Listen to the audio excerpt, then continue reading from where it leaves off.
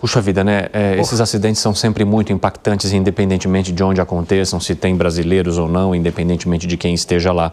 Gustavo Segré, a gente está falando de uma aeronave que vem de uma linha mais nova da Boeing e que é bastante utilizada nessas viagens. O que mais te chama a atenção nessa decolagem que terminou assim pouquíssimos metros depois? São várias coisas, mas a primeira, teve relatórios de que em voos anteriores dessa aeronave tinha alguma coisa que estava errada, que coisas dentro do avião não estavam funcionando. Ar-condicionado e etc, né? Isso chama atenção, porque estamos falando de uma coisa muito tecnológica e que a manutenção é a base fundamental da aviação. Não tem outra coisa mais importante que a manutenção. A outra questão que me chamou a atenção, e se bem o vídeo não mostra tão de perto, eu não vejo os flaps para baixo. E para a decolagem, tanto quanto decolagem quanto pouso, os flaps têm que estar baixados, dependendo do tipo de aeronave.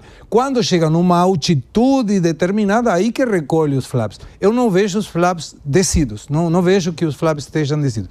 Pode ser que dê essa sensação no vídeo e que os flaps estejam baixos. Eu não vejo isso no vídeo. Se a gente vê, não consigo enxergar que os flaps estejam baixos. Que seria o flaps para baixo, a continuação da asa hacia baixo. E por outro lado, dá a sensação que está perdendo potência. Perde potência é um problema de motor.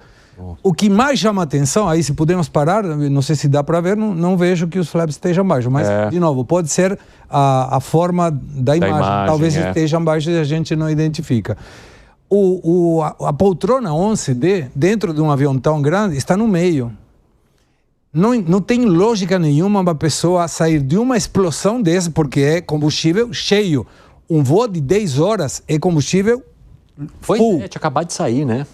E o cara saiu caminhando e xingando. Estava bravo, porque, não sei, lógico, interromperam. E muita gente não estava acreditando que ele fosse passageiro. Talvez entendesse que ele estivesse próximo de onde o avião caiu e tivesse saído contando que era passageiro. Mas as informações das autoridades é que sim, era se trata passageiro. de um passageiro que sobreviveu. Então, não sabe como explicar que todo mundo morre e um cara que está no meio. Inclusive, ele morava no Reino Unido e tinha ido à Índia para visitar os parentes e voltaria então para Londres. Mas, de novo, são todas especulações, temos que aguardar.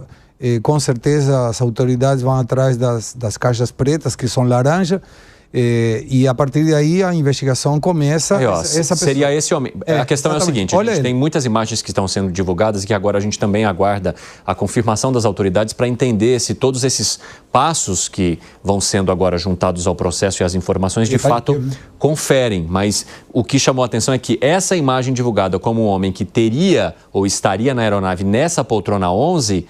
chama atenção por isso, ó. Que é a pessoa que... E parece que é 11A, viu, Segré? 11A é janela. 11A é janela. É janela. Eu tinha entendido que era 11D. 11A.